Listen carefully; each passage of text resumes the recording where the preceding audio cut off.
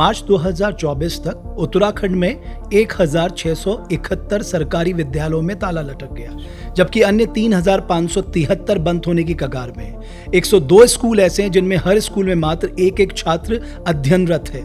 3573 विद्यालयों में छात्र संख्या 10 या फिर उससे कम रह गई है। और सबसे ज्यादा सर पौड़ी, जो आपकी डिस्ट्रिक्ट है, 315 स्कूलों में ताला लटक चुका है। तो हम अपनी वो इमेज या कहें वो इकबाल क्यों नहीं कायम कर पा रहे हैं, सरकारी स्कूलों में वो विश्वास क्यों नहीं कायम कर पा रहे हैं, ताकि बच्चे जो हैं वो इस तरफ रुख करें।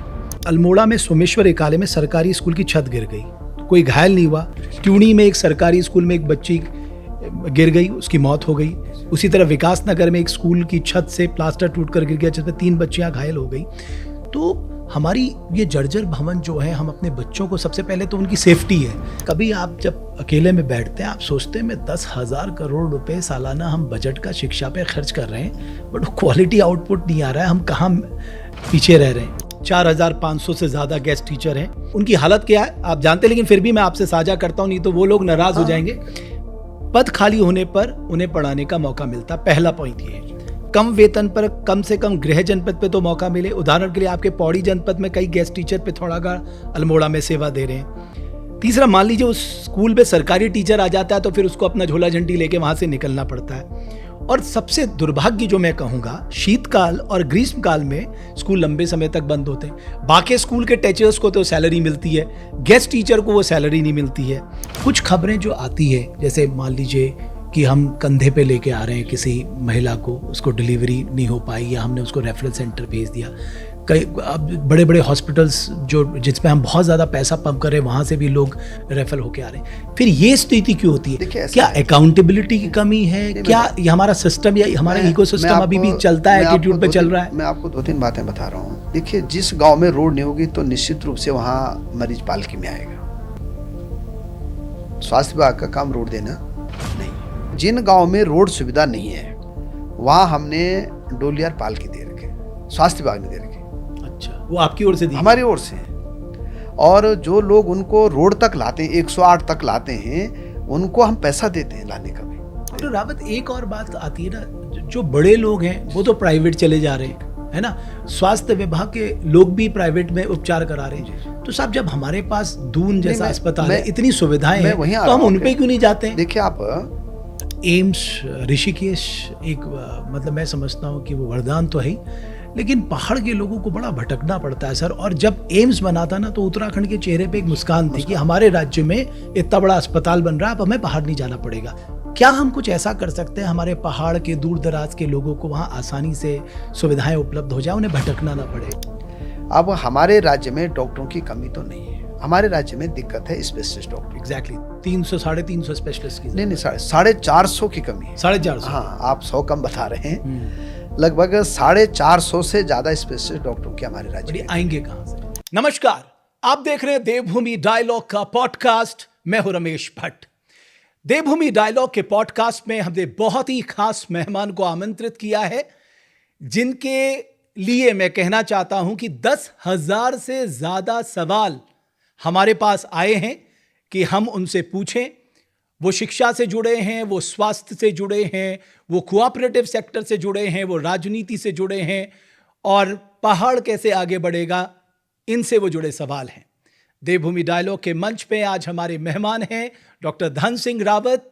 मैं बताना चाहता हूं कि उत्तराखंड के जो सबसे महत्वपूर्ण विभाग जिन्हें मैं मानता हूं, जिसमें आपका एजुकेशन है, आपका हेल्थ है, आपका कोऑपरेटिव है, आपका तीनों का प्रभार आपके पास है। बहुत धन्यवाद सर। बहुत बहुत धन्यवाद। बहुत आभार आपका, आपने समय निकाला, आप आए। तो जैसा कि मैंने अपने इंट्रो में भी कहा कि ये दोनों बड़े चैलेंजिंग विभाग आपके पास है, बहुत ही चुनौतियां हैं। तो मैं चुनौतियों के साथ साथ समझता हूँ एक अवसर भी है। तो आपको क्या लगता है, मतलब आपके लिए कितना बड़ा चैलेंज है ये दोनों विभाग? देखिए, सबसे पहले तो मैं सभी दर्शकों को धन्यवाद देना चाहता हूँ कि आपने मुझे यहाँ बुलाया है, और दर्शक भी बेसब्री से आपको जब भी किसी का इंटरव्यू करते हैं तो उसको ध्यानपूर्वक सुनते हैं। पूरे उत्तराखंड में जितने भी बुद्धिजीवी लोग हैं, वो भी आपके जितने भी साक्षात्कार आप कराते हैं, इंटरव्यू कराते हैं, उनको लोग बेसब्री से भी देखते हैं। तो मैं सबसे पहले तो उत्तराखंड की जनता की ओर से, अपनी ओर से, अपने विभागों की ओर से भी आपका धन्यवाद बहुत देना आभार चाहता हूँ सर। कि आपने उत्तराखंड की आवाज़ जो है जन जन तक पहुँचा रहे हैं और समसामयिक विषयों पे आप कई महत्वपूर्ण लोगों को यहाँ पे बुलाते हैं। आज आपने मुझे भी आमंत्रित किया था, मैं काफ़ी दिनों से आपका निमंत्रण जो है मेरे पे ड्यू था, लेकिन आज बिल्कुल। मैंने उसको पूरा किया है, तो मैं फिर एक बार आपको बहुत-बहुत धन्यवाद देना चाहता हूँ। धन्यवाद सर। तो ये तो दोनों चैलेंजिंग विभाग की शुरुआत करते हैं। आपको लगता है कि ये दोनों हैंडल करना एक सच में बड़ा चैलेंज है?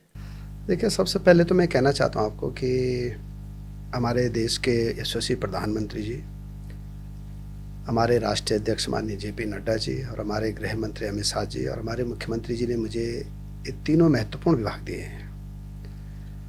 और आपने देखा होगा कि मैं कभी भी पार्टी नेतृत्व जो भी मुझे आदेश देता है, निर्देश देता है, उसका अक्षर से पालन करता हूँ। और यहाँ एक कहावत भी थी कि शिक्षा विभाग जिसको पास रहता है वो दोबारा चुनाव नहीं जीतता है। लेकिन आप देख रहे होंगे कि मैं शिक्षा विभाग पिछले 5 साल भी देखा है। तब मेरे पास उच्च शिक्षा विभाग था और अभी इन पौने 2 साल 3 साल में मेरे पास पूरी शिक्षा विभाग है। और आप ये कह सकते हैं, आप एक सर्वे भी कर सकते हैं कि इन पौने 8 वर्षों में हमने शिक्षा में काफ़ी आमूलचूल परिवर्तन किए हैं। नई शिक्षा नीति भी देश में अभी लागू हुई है, उसको भी सबसे पहले अगर क्रियान्वयन किसी प्रदेश ने किया है तो उत्तराखंड राज्य ने किया है। स्वास्थ्य में भी आप देख रहे होंगे कि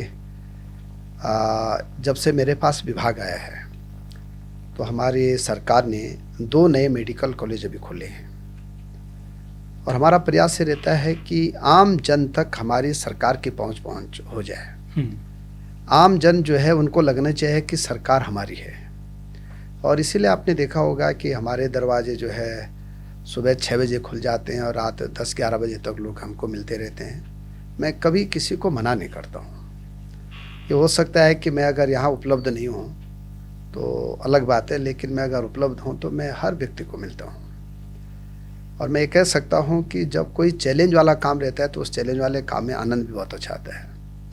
तो जो भी हमारे राज्य में चैलेंज है कि स्वास्थ्य में भी एक चैलेंज था मेरे लिए, शिक्षा विभाग भी ये था कि स्टाफ की बहुत कमी थी, लेकिन आज मैं कह सकता हूँ कि टीचर भी पर्याप्त आ गए हैं। और एक पूरे जनमानस में जो आपने देखा होगा कि बहुत आंदोलन होते रहते थे। शिक्षा विभाग में आए दिन धरना प्रदर्शन चलते रहते थे। इन 2.5 वर्षों में आपने देखा होगा कि शिक्षा विभाग बहुत स्मूथली काम कर रहा है और शिक्षकों को भी लग रहा है, अभिभावकों को भी लग रहा है, बच्चों को भी लग रहा है कि सरकार भी और धन सिंह रावत भी जो है अच्छा काम कर रहा है। तो मुझे लगता है कि इतना आशीर्वाद हमारे लिए पर्याप्त होता है। अब मैं शुरुआत करता हूँ कि जो हमारे पास सवाल आए हैं, सबसे पहले प्राइमरी एजुकेशन से। आपने कहा कि कई स्कूल बंद करने पड़ेंगे, कई को मर्ज करना पड़ेगा, कई बच्चे जो हैं प्राइवेट स्कूल का रुख कर रहे हैं। तो हम अपनी वो इमेज या कहें वो इकबाल क्यों नहीं कायम कर पा रहे हैं, सरकारी स्कूलों में वो विश्वास क्यों नहीं कायम कर पा रहे हैं ताकि बच्चे जो हैं वो इस तरफ रुख करें? देखिए, जहाँ तक प्राइमरी शिक्षा का सवाल है तो देश का पहला राज्य उत्तराखंड है जहाँ की छात्र और शिक्षक रेशो जो है वो एक शिक्षक पे 12 बच्चे यहाँ पढ़ते हैं। एक शिक्षक पे 12 बच्चे, NEP 30 कहता है। और पूरा देश कहता है एक टीचर और 30 बच्चे होने 30 चाहिए। बच्चे होने चाहिए। तो मुझे लगता है कि शायद ही देश का कोई राज्य ऐसा होगा जहाँ की इतना बड़ा जो है हम काम कर रहे हैं कि अगर एक बच्चा भी किसी स्कूल में है। आप देख रहे होंगे कि 2900 स्कूल ऐसे हैं हमारी प्राइमरी स्कूल है जहाँ की 1 से 4 बच्चे हैं और वहाँ भी हमने एक टीचर दे रखे हैं। ये देश का अद्भुत प्रदेश है हमारा, जहाँ कि हम एक बच्चे के लिए भी जो है टीचर दे रहे हैं। तो एक तो पहली बात मैं आपके माध्यम से कहना चाहता हूँ कि हम एक भी स्कूल बंद नहीं करना चाहते हैं। हमारे यहाँ ड्रॉप आउट रेशो जो है वो 0 है। हमारे यहाँ हम लोगों ने एक बड़ी अच्छी स्कीम चलाई है कि कोई बच्चा अगर घुमंतु बच्चे हैं, अगर भीख मांगने वाले बच्चे हैं, अगर कोई लावारिस बच्चे हैं, किसी कारणवश किसी की माताजी या पिताजी की डेथ हो गई है, उनको कोई पढ़ा नहीं सकता है, ऐसे बच्चों के लिए भी हमने 13 आवासीय विद्यालय खोल दिए हैं नेताजी सुभाष चंद्र बोस जी के नाम पे। और वहाँ बच्चों को कक्षा 1 से लेकर 12वीं तक 100% रहना फ्री है, खाना फ्री है, पढ़ाई फ्री है, कपड़े फ्री है, कंप्यूटर फ्री है और टीचर फ्री है। तो ये भी अद्भुत है हमारे प्रदेश में कि हमने इस ओर भी आगे कदम बढ़ाया है। दूसरा, जहाँ तक प्राइवेट स्कूल और गवर्नमेंट स्कूलों का आपने क्वेश्चन पूछा है या आप के यहाँ पे लोगों ने सवाल किए हैं, हमारे राज्य में आज भी 17,000 सरकारी स्कूल हैं, 17,000, जिसमें से लगभग 11,500 प्राइमरी स्कूल हैं और प्राइवेट में टोटल जो है 5,000 स्कूल हैं। एक हमने ये भी किया है, अभी राइट टू एजुकेशन में पूरे देश में अगर कोई बच्चा गरीब है और वो किसी प्राइवेट स्कूल में पढ़ना चाहता है, क्योंकि हमको बच्चे को चॉइस की शिक्षा देनी है। बच्चा अगर चाहता है कि मेरी चॉइस अगर प्राइवेट में है तो हम उसको वहाँ एडमिशन कराना पड़ता है। ये बच्चे की चॉइस पर निर्भर करेगा। NEP 2020 का पहला मैंडेट है कि बच्चे को चॉइस बेस्ड शिक्षा देनी है। तो हम ऐसे गरीब बच्चों को सरकारी फीस में भी प्राइवेट स्कूल में पढ़ाते हैं, क्योंकि बच्चे की चॉइस पे हमको जाना पड़ेगा। उसका जो भी फीस स्ट्रक्चर है उसका वो सारा जो भी फुलफिल फीस, आप करते हाँ, हैं। वो हम सरकार करती है। और इतना नहीं, लगभग 90,000 से ज़्यादा बच्चों को सरकार जो है चॉइस बेस्ड शिक्षा दे रही है। गरीब बच्चों को वो प्राइवेट स्कूल में पढ़ने जाते हैं। तो ऐसा नहीं आप कह रहे हैं उत्तराखंड के 90,000 बच्चे NEP के तहत choice based choice education based के तहत एजुकेशन प्राइवेट स्कूलों में पढ़ते हैं, जिसका खर्चा उनको हम सरकार देती है और उनको सरकार खर्चा देती है। क्योंकि राष्ट्रीय शिक्षा नीति इतनी गजब बनी है, लाखों लोगों ने इसमें सुझाव दिए हैं। और यह है कि बच्चे को क्रेडिट बेस्ड शिक्षा देना है, बच्चे को चॉइस बेस्ड शिक्षा देनी है, और बच्चे को जो है बच्चा जो चाहे, बच्चा अगर चाहता है कि मैंने अगर फैकल्टी चेंज करनी तो कर सकता है, बच्चा चाहता है कि विश्वविद्यालय चेंज करना है तो कर सकता है, क्योंकि NEP का जो मेन धुरी है वो छात्र है। और इसलिए कई लोगों को भ्रम भी रहता है कि साहब मंत्री जी आप प्राइवेट स्कूलों में दाखिला क्यों दिलाते हो बच्चों को। भाई देखिए आप, हम चाहते हैं कि हमारी सरकारी स्कूलें बहुत अच्छी हों। हमने आवासीय विद्यालय खोले हैं, हम बच्चों को फ्री एजुकेशन दे रहे हैं। आपको ताजुब होगा, आपने अच्छा प्रश्न किया है, जिसने भी प्रश्न किया मैं उनको बधाई देना चाहता हूँ। हमारे यहाँ सरकारी सिस्टम में लगभग 12 लाख बच्चे हैं, उनको हम किताबें फ्री दे रहे हैं, उनको जूते फ्री देते हैं, उनको कपड़े फ्री देते हैं, उनको खाना फ्री देते हैं, मध्याह्न भोजन कक्षा 8वीं तक देते हैं। जो लड़की कक्षा 9th में पढ़ रही है उसको हम 2850 रुपये साइकिल के लिए देते हैं। बच्चे को जो है, जो बच्चा आंगनबाड़ी में है उसको जो है 4-5 दिन हम दूध फ्री पिलाते हैं, खाना फ्री खिलाते हैं। तो मैं कह सकता हूँ कि ये अद्भुत है कि हम 12 लाख बच्चों को सब कुछ फ्री दे रहे हैं। बट धन सिंह जी, सवाल उठेगा कि जो फोकस है वो क्वालिटी एजुकेशन पे होना चाहिए, ताकि वो बच्चा जब कल बाहर निकले मैं उसी पे तो वो अपनी लाइवलीहुड के लिए कुछ कर सके। हम उसको इतना स्किल कर दें या इतना अच्छा एजुकेशन दें। अब आप देखिए कि NEP में दूसरा मैंडेट ये है कि बच्चे को व्यावसायिक शिक्षा देनी है, चॉइस बेस्ड देनी है। अगर कोई बच्चा हाई स्कूल के बाद वो चाहता है कि मैं व्यवसायिक कोर्स लेना चाहता हूँ तो हमने उसको देते हैं। अभी हमारे 500 इंटर कॉलेजों में व्यावसायिक शिक्षा हम दे रहे हैं।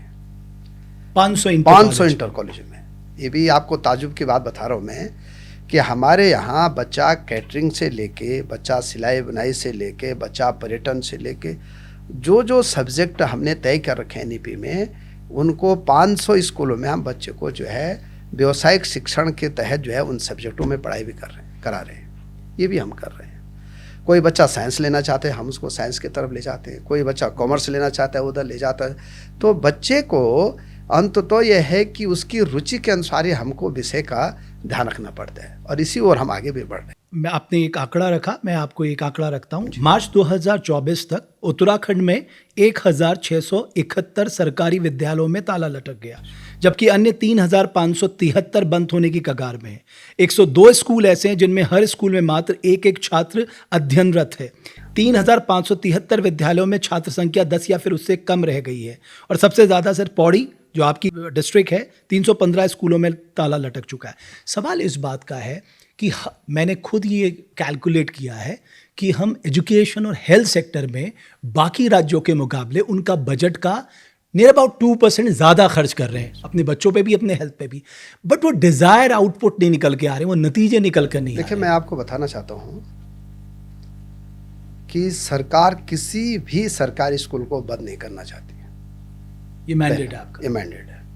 अगर एक बच्चा भी उस स्कूल में पढ़ाई कर रहा है तो ये हमारी जिम्मेदारी है कि बच्चे को टीचर देना, बच्चे को फर्नीचर देना, बच्चे को बिल्डिंग देना, बच्चे को जो है किताबें देना, बच्चे को जो है कंप्यूटर देना, ये हमारा सरकार की तरफ से है। अब अगर इस गांव में अगर बच्चे नहीं तो स्वाभाविक है जब बच्चे नहीं रहेंगे तो स्कूल भी कहाँ से रहेगी। तो मुझे लगता है कि अगर आप इसको इस ढंग से देखेंगे कि अगर वहाँ कक्षा 1 में पढ़ने वाला कोई बच्चा इस गांव में नहीं है तो स्वाभाविक उस स्कूल को जो है वहाँ पे चल नहीं सकती वो स्कूल। लेकिन सरकार की तरफ से मैं तो यहाँ तक कह रहा हूँ कि अगर किसी गांव में अगर कक्षा 1 में 2 बच्चे भी पढ़ने वाले नए हो जाते हैं या 3 बच्चे हो जाते हैं, 1 बच्चा होता है, हम वहाँ की स्कूल को दोबारा से शुरू करने जा रहे हैं। हमारी तरफ से कोई मनाही नहीं है। और अभी हमने जो क्लस्टर स्कूल बना रखे हैं, हमें चाहते हैं कि हमारे बच्चे जो है बहुत अच्छे निकले, तो हम हॉस्टल दे रहे हैं बच्चों को, हम क्लस्टर में ला रहे हैं, तो क्लस्टर में भी हम ये ला रहे हैं कि बच्चे को आने जाने का किराया देंगे। जो बच्चा आएगा, हम ज़बरदस्ती नहीं करेंगे बच्चे को, ना गार्जियन के साथ करेंगे ना बच्चे के साथ करेंगे। अगर कोई 5 किलोमीटर की रेंज में कोई बच्चा हमारे क्लस्टर स्कूल में भर्ती होना चाहता है तो 22 रुपये एक तरफ का दिया जाएगा किराया और 22 रुपये एक तरफ का जाने का दिया जाएगा, सरकार की तरफ से दिया जाएगा। बच्चा निःशुल्क पढ़ेगा वहाँ। ये बातें आज तक प्रेस में आई नहीं थी, इसलिए लोगों को लगा होगा कि शायद सरकारी स्कूलें बंद करें। मैं आज आपको टू द पॉइंट कह रहा हूँ कि सरकार की मंशा किसी भी स्कूल को बंद करने की नहीं, बशर्ते वहाँ बच्चे होने चाहिए। बशर्ते वहाँ बच्चे होने चाहिए। एक और सवाल है कि आपने बिल्कुल सही कहा कि आपने 7,000 से ज़्यादा टीचरों की नियुक्ति की है, लेकिन अभी भी सैकड़ों स्कूल ऐसे हैं जहाँ शिक्षकों की कमी है। UDISE प्लस इसकी रिपोर्ट कहती है कि स्कूल में औसतन 5 शिक्षक है। मैं देखता हूँ अगर हम सब्जेक्ट स्पेसिफिक देखें तो कई जगह बच्चे इसलिए छोड़ने मजबूर हो जाते हैं क्योंकि वहाँ मान लीजिए गणित का शिक्षक नहीं है या साइंस का शिक्षक नहीं है। तो आप लोग क्या कर रहे हैं ताकि उस बच्चे को स्कूल मजबूरी में ना छोड़ना पड़े? देखिए, अब मैं आपको, हमारे यहाँ 3 प्रकार की शिक्षा है। एक तो प्राइमरी एजुकेशन है, एक हमारे यहाँ जूनियर एजुकेशन है और एक हमारे यहाँ इंटरमीडिएट तक है, उसके बाद उच्च शिक्षा है। प्राइमरी शिक्षा में हमने ये तय कर रखा है कि मिनिमम जो है हमको 2 टीचर प्रत्येक स्कूल में देने हैं। प्राइमरी में प्रत्येक स्कूल में 2 टीचर देने हैं। जहाँ 5 तक बच्चे वहाँ 1 टीचर देंगे, जहाँ 5 से ज़्यादा बच्चे वहाँ 2 टीचर अनिवार्य रूप से हमको देने हैं। पहली बात, अगर किसी स्कूल में 30 से ज़्यादा बच्चे हैं तो वहाँ हम 3 टीचर देंगे, जहाँ 50 से ज़्यादा बच्चे वहाँ हम 4 टीचर देंगे, जहाँ 75 से ज़्यादा बच्चे वहाँ हम 5 टीचर देंगे। ये हमने छात्रों के हिसाब से रेशो रखा है। तो पहली बात मैं कहना चाहता हूँ कि प्राइमरी एजुकेशन में एक भी विद्यालय उत्तराखंड में ऐसा नहीं जहाँ की टीचर न हो। अभी हमने मेरे कार्यकाल में और हमारे मुख्यमंत्री धामी जी के नेतृत्व में हम लोगों ने अभी तक प्राइमरी शिक्षा में लगभग 4,000 टीचरों की नियुक्ति कर चुके हैं और अभी भी लगभग 1,000 टीचरों की जो है नियुक्ति गतिमान है। आचार संहिता के बाद जो है उन टीचरों को फिर हम नियुक्ति देने जा रहे हैं। तो मैं आज गारंटी के साथ कह सकता हूं कि टीचरों की कमी आप प्राइमरी एजुकेशन में कहीं, प्राइमरी एजुकेशन में, अब आइए आप सेकेंडरी, बिल्कुल अब आइए आप हाई स्कूल में और इंटरमीडिएट में। हाई स्कूल और इंटरमीडिएट में हमने अभी 1500 LT के टीचरों की नियुक्ति कर रहे हैं, उसका रिजल्ट आ गया है। आप देख रहे होंगे कि हमारे यहाँ लगभग 4,000 टीचरों की कमी थी LT में और लेक्चरर में। हमने अभी तक लगभग 4200 गेस्ट फैकल्टी भर दिए हैं। गेस्ट फैकल्टी भी पूरा टीचर का काम करते हैं। जब तक नियमित टीचर नहीं आते हैं तब तक हमने वहाँ गेस्ट फैकल्टी रखे हैं। और मैं कह सकता हूँ कि आज मैंने 5 काउंसलिंग करा दी हैं आज तक, माने आचार संहिता से पहले। और हर काउंसलिंग में कई बार 200 बच्चे आते हैं, कई बार 400 आते हैं, कई बार 500 आते हैं। अब हम 700 लेक्चरर की भर्ती कर रहे हैं लोक सेवा आयोग से। उनका भी कार्यक्रम तय हो गया है, उनका बहुत जल्दी जो है रिटर्न होने वाला है। रिटर्न होने के बाद इंटरव्यू। बट आपने कही LT वालों को नियुक्ति कब मिलेगी? LT वालों की नियुक्ति मुझे लगता है कि रिजल्ट आ गया है। जैसे आचार संहिता खत्म होगी वैसे हम उनकी नियुक्तियां शुरू कर देंगे। रिजल्ट आ गया उनका, अधीनस्थ चयन आयोग ने उनका रिजल्ट घोषित कर दिया है।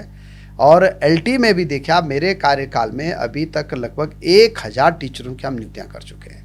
तो टीचरों की कमी, मैं आप गारंटी के साथ कह रहा हूं कि 2025 में उत्तराखंड में हर प्रकार की टीचरों की भर्ती पूर्ण हो जाएगी। ओके सर, एक एग्जाम्पल जो हमारे दर्शक ने पूछा है, अल्मोड़ा के इंटर कॉलेज चित्रकूट मैनेजमेंट द्वारा संचालित जी जी। में कक्षा 6 से 12 तक 152 बच्चे हैं और स्टाफ केवल 2 है। ये कोई के.एस. रावत साहब हाँ, उन्होंने बिल्कुल सवाल ठीक पूछा है। उन्होंने।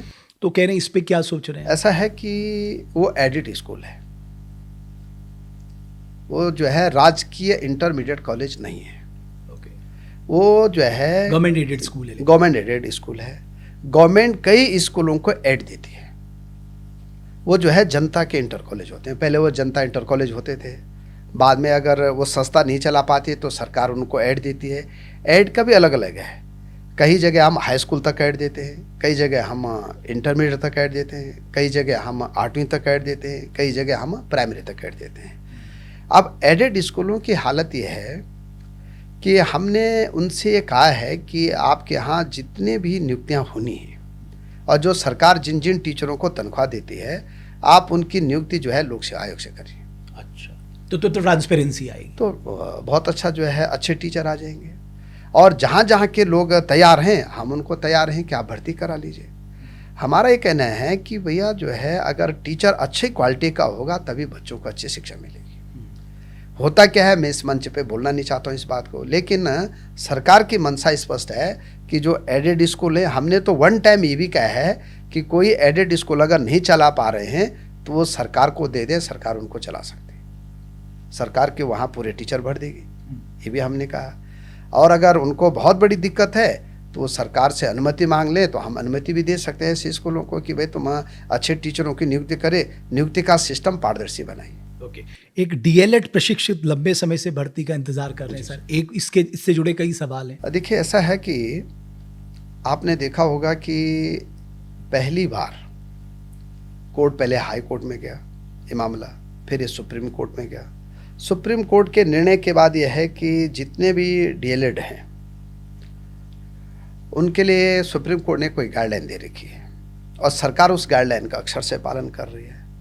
जैसे जैसे सुप्रीम कोर्ट का निर्णय होगा वैसे वैसे हम करेंगे। हम ये चाहते हैं कि जिन लोगों ने भी डिग्री कर रखे है वो जो है बेरोजगार नहीं रहने चाहिए। हम हमेशा ये सकारात्मक ध्यान रहता है कि भाई कोई बच्चा अगर बीटीसी कर रहा है, कोई बच्चा डीएलएड कर रहा है, कोई बच्चा बीएड कर रहा है, कोई बच्चा पीएचडी कर रहा है, कोई बच्चा जो है नेट कर रहा है, कोई बच्चा जो भी डिग्री कर रहा है, वो डिग्री इस परिप्रेक्ष्य में करता है कि कभी ना कभी उसको नौकरी लग जाए। और आप देख रहे होंगे कि हमने अभी तक, हमारी सरकार ने लगभग 19,000 लोगों को नौकरी दे चुके हैं। सर्वाधिक नौकरी देने का काम अगर किसी विभाग में हुआ है तो या तो स्वास्थ्य विभाग में हुआ या शिक्षा विभाग में हुआ है। बिकॉज ये सबसे बड़े डिपार्टमेंट और बड़े डिपार्टमेंट भी हैं, लेकिन हम फिर भी ये कर रहे हैं कि एक भी पोस्ट खाली न रहे। पर डीएलएड के लिए आपने कोई समय सीमा तय मैंने की? देखा है कि जैसे सुप्रीम कोर्ट का जो भी आदेश होगा उसके लिए मैंने कह दिया है कि हमारी तरफ से मनाही नहीं है। समग्र शिक्षा अभियान के तहत, और खासकर ये बड़ी चिंता है, आपने भी कई बार बोला है कि अल्मोड़ा में सोमेश्वर एकाले में सरकारी स्कूल की छत गिर गई, तो कोई घायल नहीं हुआ। ट्यूणी में एक सरकारी स्कूल में एक बच्ची गिर गई, उसकी मौत हो गई। उसी तरह विकास नगर में एक स्कूल की छत से प्लास्टर टूटकर गिर गया जिसमें 3 बच्चियां घायल हो गई। तो हमारी ये जर्जर भवन जो है, हम अपने बच्चों को सबसे पहले तो उनकी सेफ्टी है। तो आपने कुछ देखा है या बोला है कि भाई जर्जर भवन है तो मत पढ़ाइए, हम कहीं और अरेंजमेंट करेंगे, हमारी सेफ्टी उनके लिए सबसे बड़ा कंसर्न है। से एक निवेदन और करना चाहता हूँ और इस मंच से मैं सभी लोगों से एक निवेदन भी करना चाहता हूँ कि हमारे पूरे प्रदेश में 17,000 स्कूलें हैं जी। जब मैं शिक्षा मंत्री बना तो सबसे पहले मैंने स्कूलों की कैटेगरी तय की, ABCD। D वो स्कूल है जहाँ की पूरा नया भवन बनना है, C वो स्कूल है जिनकी की जर्जर स्थिति है। पहली बार कैटेगरी की टीचरों को भी और बच्चों को भी और बिल्डिंग को भी कि भाई कहाँ कहाँ टीचर की कमी है, कहाँ कहाँ बच्चों को असुविधा है। हमने एक पूरा रोड मैप बनाया। माननीय भट्ट जी, सबसे बड़ी दिक्कत क्या थी हमारे राज्य में कि लगभग 10,000 स्कूलों की रजिस्ट्रियाँ नहीं थी। वो दान में मिली होंगी जमीन, वो कहीं दान नामे में थे, कहीं वन पंचायतों में बनी थी, कहीं जैसे बनी थी। सरकार उसी स्कूल को पैसा देती है जहाँ की रजिस्ट्री हो।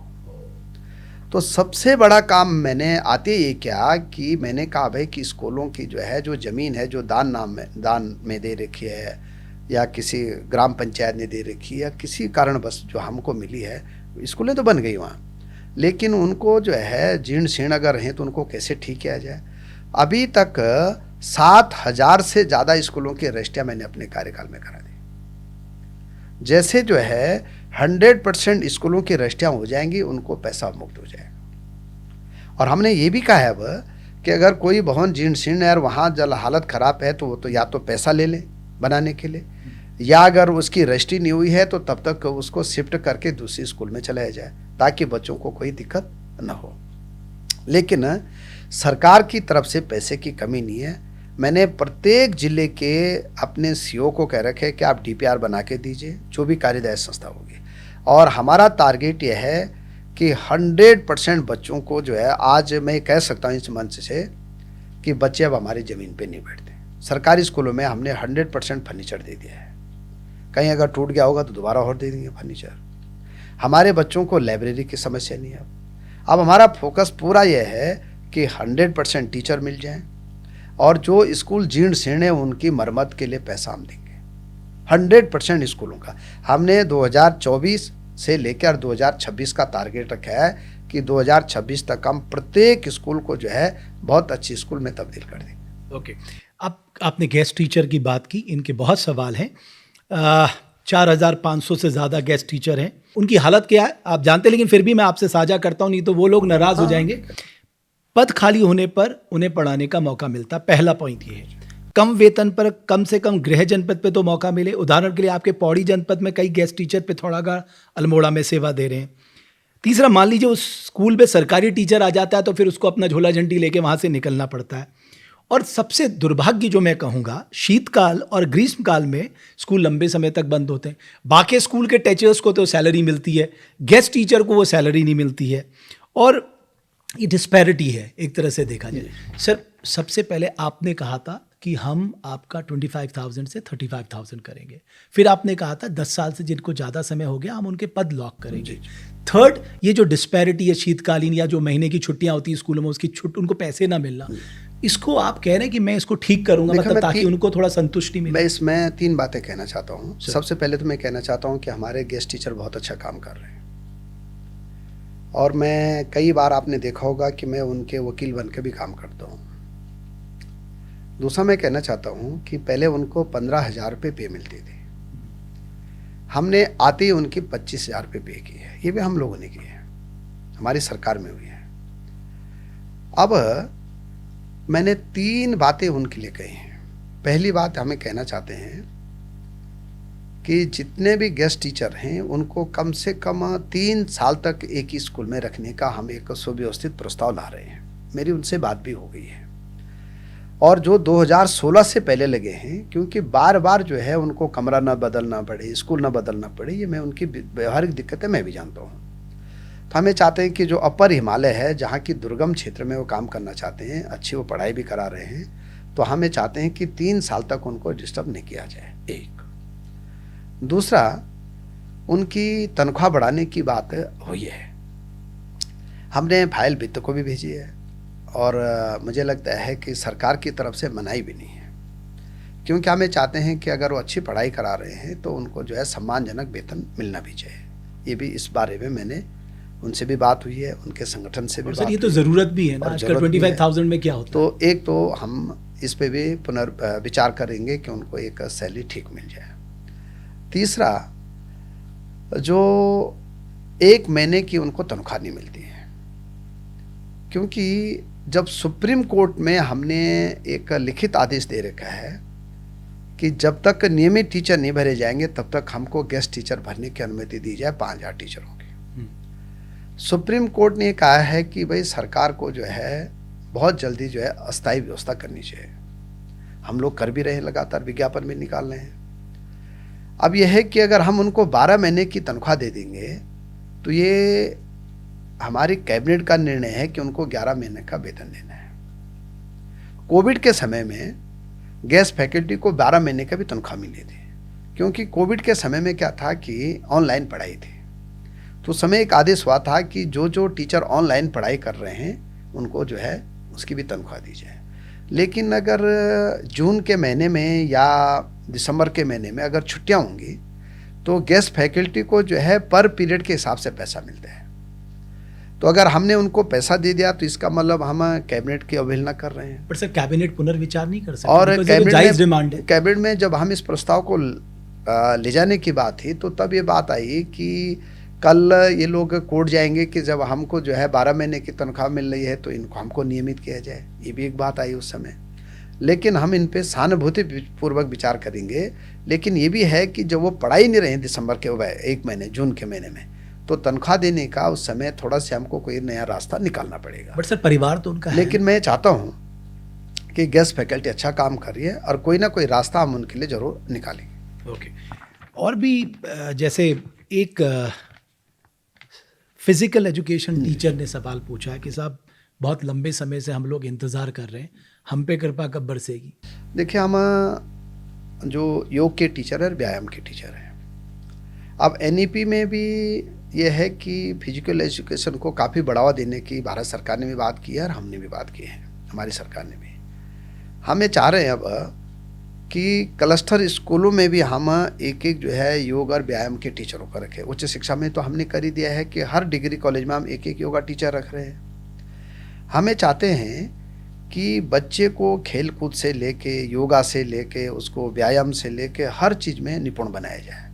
तो इसलिए हम जो भी नए इंटर कॉलेज खोलेंगे उन पे भी हम योग और फिजिकल एजुकेशन का जो है निश्चित रूप से टीचर रखने की व्यवस्था बनाएंगे। और NEP 2020 में भी यह है कि हमको बच्चे को सर्वांगीण विकास के लिए जो है योग का टीचर भी रखना पड़ेगा और व्यायाम का टीचर भी रखना पड़ेगा। इस ओर हम आगे बढ़ रहे हैं। तो ये कोई टाइम फ्रेम आपने तय देखिए, किया? टाइम फ्रेम तो यह है कि NEP जैसे जैसे हम लागू कर रहे हैं वैसे वैसे सारी चीज़ें हो जाएंगी। बट इनको जॉब मिलेगी, लेकिन ये पक्का इनको है। निश्चित रूप से हम इंटर कॉलेज में इनके पद भी बढ़ाएंगे और इनको जो है इनका रास्ता भी निकालेंगे। ओके। एक समग्र शिक्षा अभियान के तहत एक और सवाल है कि भोजन माता का बहुत ही इम्पोर्टेंट रोल है। जी जी। और उन्होंने सोशल मीडिया के जरिए हम तक ये सवाल पहुंचाया कि हम साहब 20-20 साल से सेवाएं दे रहे हैं मगर हमें मात्र 3,000 रुपये मिलता है। महंगाई के ज़माने में आप बताइए हमारा परिवार कैसे चलेगा? देखो, मैं भोजन माताओं का भी बहुत सम्मान करता हूँ। आप देखते होंगे कि मैं जिस भी स्कूल में जाता हूँ भोजन माताओं को भी जरूर मिलता हूँ। ये स्कीम है भारत सरकार की कि 8वीं तक प्रत्येक स्कूल में भोजन माता जो है एक टाइम का खाना बनाती है बच्चों के लिए। भारत सरकार ये कहती है कि जिसका बच्चा स्कूल में पढ़ रहा होगा वही भोजन माता हो सकती है। तो अगर देखा जाए तो एक बहुत बड़ी विडंबना है ये भी कि अब कई स्कूल में तो उनके बच्चे पढ़ ही नहीं रहे, लेकिन तब भी भोजन माताएं हैं। हमने किसी को हटाने का काम भी नहीं किया है। अब हमने भारत सरकार से रिक्वेस्ट कर रहे हैं कि भोजन माताओं को कोई सम्मानजनक जो है उनको पूरे देश में, क्योंकि पूरे देश में लागू होगा, खाली उत्तराखंड में नहीं होगा। तो मैं भोजन माताओं की जो पीड़ा है इसको निश्चित रूप से भारत सरकार के समक्ष भी रखूंगा जब भी हमारी मंत्रियों की बैठक होगी। लेकिन हम भोजन माताओं को अपनी तरफ से भी, राज्य सरकार भी जो है पारितोषिक अपनी तरफ से भी देती है हर बार। हम स्टेट भी तो अपनी ओर से दे स्टेट सकते हैं। मैंने कहा नहीं कि स्टेट भी उनको देता है, लेकिन स्टेट में भी यह है कि भोजन माताओं को हम कोई ना कोई, जैसे हमने आंगनबाड़ियों को पैसा देते हैं, जैसे हम आशाओं को देते हैं, वैसे भोजन माताओं को भी स्टेट में देते हैं।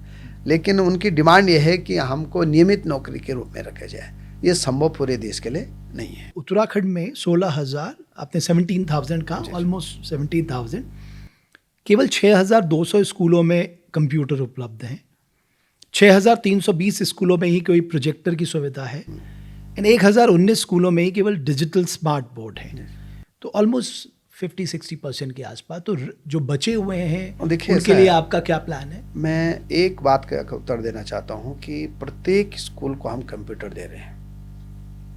यह आंकड़ा मुझे लगता है कि पुराना आंकड़ा होगा, लेकिन हम प्राइमरी एजुकेशन से लेकर और इंटरमीडिएट तक प्रत्येक स्कूल को कंप्यूटर दे रहे हैं ताकि बच्चा थोड़ा कंप्यूटर को खोलना सीख जाए, बंद करना सीख जाए, वहाँ टीचर और उसमें काम करना भी सीख जाए। ठीक है ना। जो छोटे बच्चों के लिए तो इतना ही है कि प्राइमरी तक बच्चा इतना भी है कि कंप्यूटर है तो वहाँ का टीचर जो है बच्चे को खोलना बंद कराना सिखा सकता है।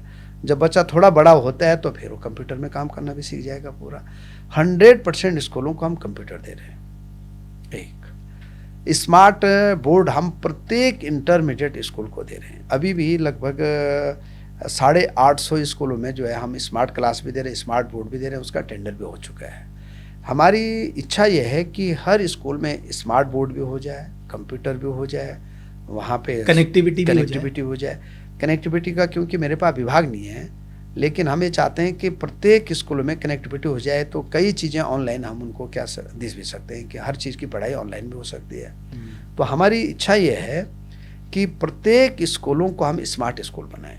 इसके लिए आप देख रहे होंगे कि हर साल चाहे हम जिला प्लान से भी पैसा देते हैं, राज्य सेक्टर से भी पैसा देते हैं, भारत सरकार भी पैसा देती है, इसके लिए पैसे की कमी नहीं है इसमें। और हमें चाहते हैं कि हमारी स्कूलें बहुत अच्छी हों। आप देख रहे होंगे कई स्कूलों का भी, मैं कपकोट में गया था तो कपकोट में 600 बच्चे हैं एक स्कूल में, प्राइमरी मैं में। आने वाला था उस जगह पे, आपका अनुभव कैसा रहा? तो मैं कई स्कूल में आपको लगभग 200 स्कूल से ज़्यादा बता सकते हैं ऐसे, जहाँ की बच्चों को एडमिशन नहीं मिल रहा है, इतनी मारामारी है हमारे स्कूलों में भी, सरकारी स्कूलों में भी। तो ऐसा नहीं है। और सरकारी स्कूलों में क्वालिटी एजुकेशन पे पूरा ध्यान अब सरकार की तरफ से दिया जाए। आप कपकोट गए तो आपको नहीं लगता कि हमें एक अध्ययन कराना चाहिए? जैसे आपने 200 स्कूलों की बात की, इन 200 स्कूलों में ऐसा क्या, 17,000 स्कूल हैं साहब, इन 200 स्कूल में ऐसा क्या है, या इन लोगों की प्रैक्टिसेस क्या हैं, या क्या कुछ ये अलग कर रहे हैं जिसको हम दूसरे स्कूलों पे भी लागू कर सकते हैं, वहाँ के टीचर्स को भी बता सकते हैं? मैं आपको कहना चाहता हूँ कि हमारे जितने भी आवासीय विद्यालय हैं, आवासीय विद्यालयों में बड़ी मारामारी हमारे यहाँ एडमिशन की, चाहे वो राजीव गांधी नवोदय विद्यालय हो, चाहे नेताजी सुभाष चंद्र बोस विद्यालय हो, जो भी आवासीय विद्यालय हमारे, चाहे कस्तूरबा गांधी विद्यालय हो, वहाँ एक बच्चे पे 10 स्टूडेंट आ रहे हैं, 9 को हम एडमिशन नहीं दे पाते, ये स्थिति है। प्राइमरी में जो स्कूल हैं बहुत अच्छा काम कर रहे हैं, उस पर टीचर का समर्पण बहुत बड़ा होता है। और मैं कह सकता हूँ कि जितने स्कूल भी हमारी प्राइमरी स्कूल है बहुत अच्छा काम कर रहे हैं, वहाँ के टीचरों ने ही उस स्कूल को ठीक करने का काम किया है। वो जो है पूरा 24 घंटे वहाँ मन लगा के काम करते हैं। मैं आपको कई उदाहरण के तौर पे, अभी मैं जब कपकोट की बात गया, मैं हमने उनको भी अपने पॉडकास्ट में बुलाया था, तो मैंने जब उस स्कूल में गया तो उनकी एक ही डिमांड थी कि मंत्री जी जो है आप इसको जूनियर तक कर दीजिए, तो हम उसको कर भी रहे हैं जूनियर तक। उनकी डिमांड थी कि 50 लाख रुपए दे दे, तो हमने, सरकार ने, माननीय मुख्यमंत्री जी और मैंने 1 करोड़ 7 लाख रुपए उनको दिए भी। वहाँ मैं गया था भी, बहुत अच्छी वहाँ पे पढ़ाई हो रही है। और उसका एक मूल कारण है कि वहाँ के जो टीचर हैं उनका बहुत बड़ा समर्पण बच्चों के लिए है। ओके। अब इन सब के बीच में कभी आप जब अकेले में बैठते हैं, आप सोचते हैं मैं 10,000 करोड़ रुपए सालाना हम बजट का शिक्षा पे खर्च कर रहे हैं, बट क्वालिटी आउटपुट नहीं आ रहा है, हम कहाँ पीछे रह रहे हैं? देखिए, मैं 3 बातें बताता हूँ आप इसमें।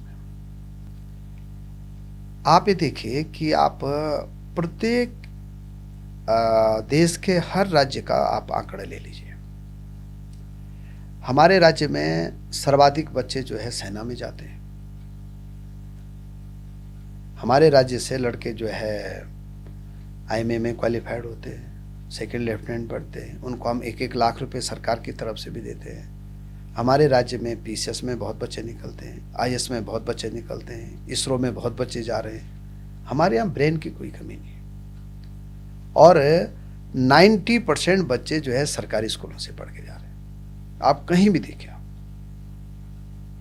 और आप देख रहे होंगे कि जब से मैं माध्यमिक शिक्षा मंत्री भी बना हूँ तो रिजल्ट में बहुत सुधार आया है। आप आंकड़े उठा के देख सकते हैं। आज हमारा बच्चा जो है प्रतिस्पर्धा में बहुत आगे जा रहा है, हर चीज़ में आगे है, हर चीज़ में हमारा बच्चा निपुण है।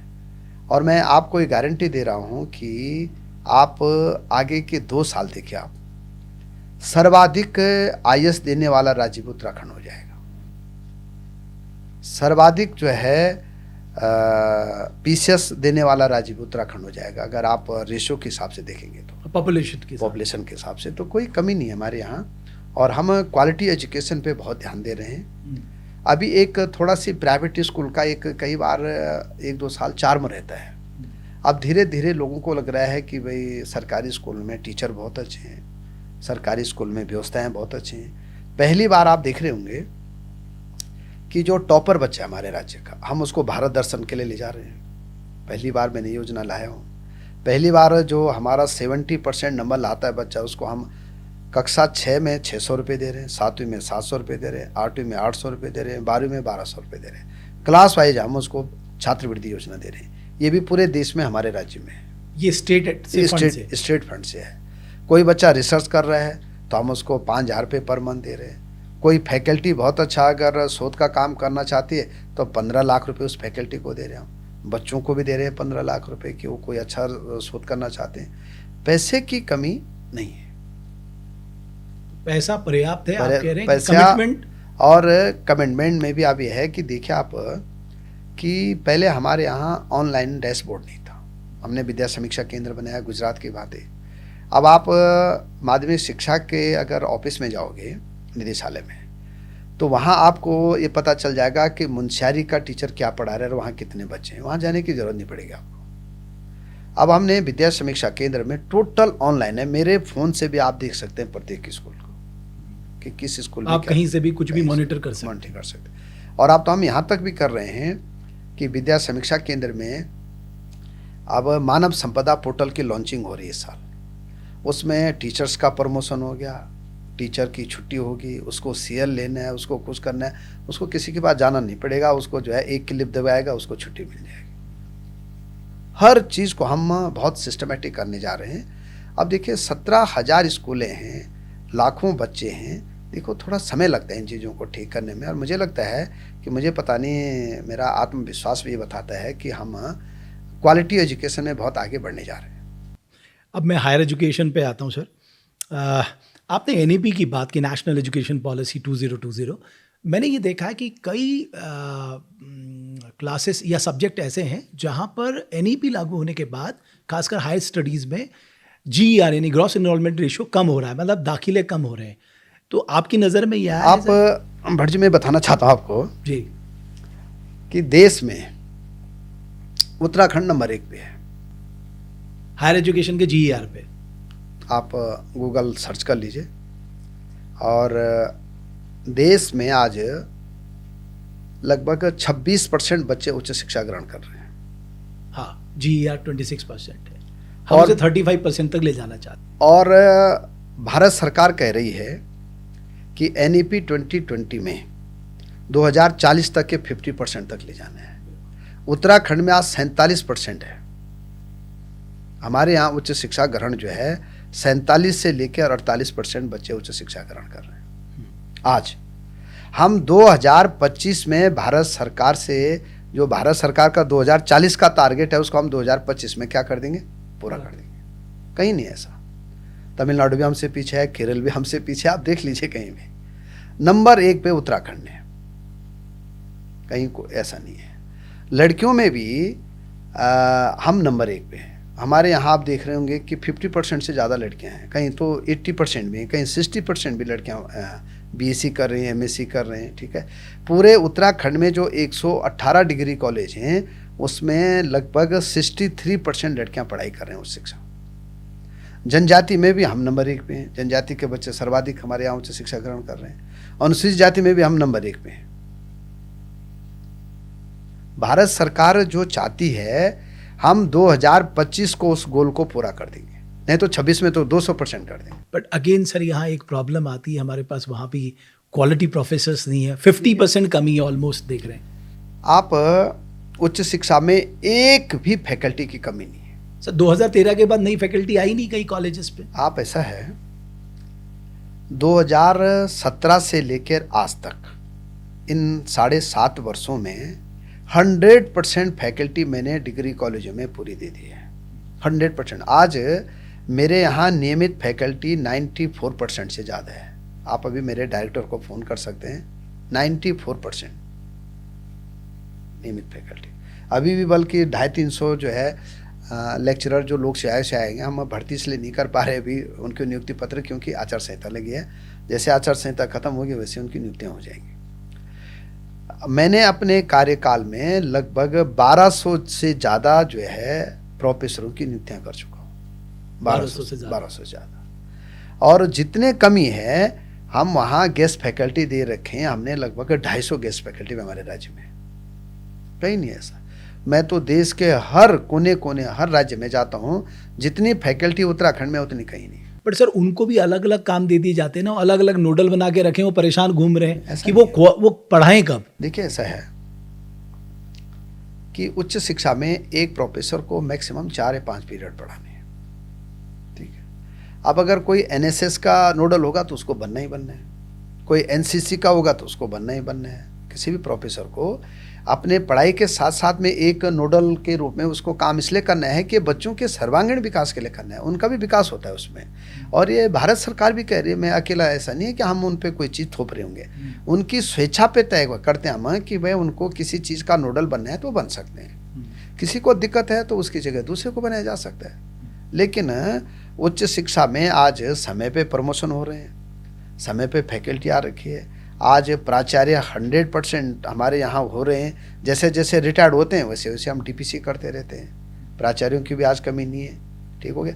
अभी हमने 18 प्राचार्यों के प्रमोशन किए हैं उसमें पीजी कॉलेजों में, जो 18 खाली हुए हैं मुझे लगता है 1-1.5 महीने में उनकी टीपीसी करके हम उनको प्राचार्य भर देंगे। तो ऐसा नहीं है, उच्च शिक्षा में हमने बहुत काम किया है। और आज मैं कह सकता हूँ कि 100% 2 या 3 कॉलेज अभी बनने बाकी हमने बिल्डिंगें दे दी हैं, फर्नीचर दे दिया है, किताबें दे दी हैं, शौचालय दे दिए हैं, हर प्रकार की सुविधा, बच्चों को खेलने की सुविधा दे रहे हैं हम कॉलेजों में।